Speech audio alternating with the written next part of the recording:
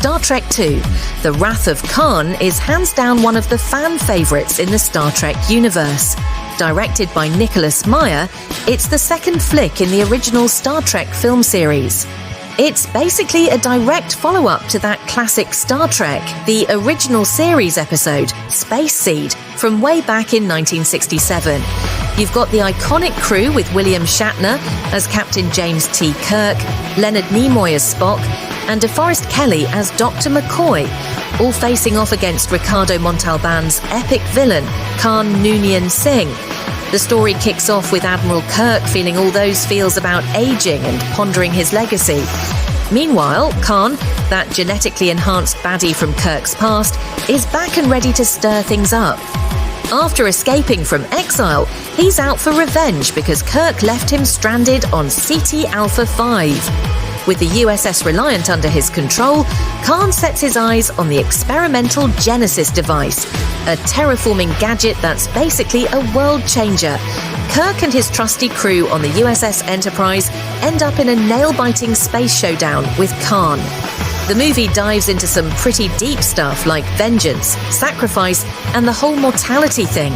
And let's not forget that epic finale inside the Mutara Nebula where Spock makes the ultimate sacrifice, delivering that unforgettable line: "The needs of the many outweigh the needs of the few or the one." This film gave the Star Trek franchise a much-needed boost after Star Trek. The motion picture didn't quite hit the mark. Spock's death scene, it still brings tears to the eyes and is one of the most iconic moments in sci-fi. Kirk's dramatic "Khan" scream, it's a meme that stayed in pop culture forever. The movie set the stage for Star Trek III, The Search for Spock. Fun fact, it gives us Chekhov's gun in a very literal way, even though there's a cheeky retcon about his history with Khan.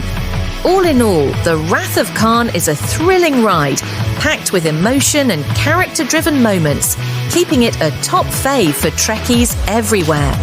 The film hit theatres on June 4th, 1982, and it was a massive hit, pulling in $80 million on just an $11 million budget.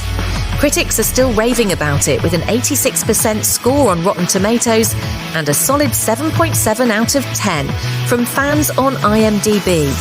Want to jump into Star Trek II, The Wrath of Khan? It's just a click away if you're subscribed to Paramount+.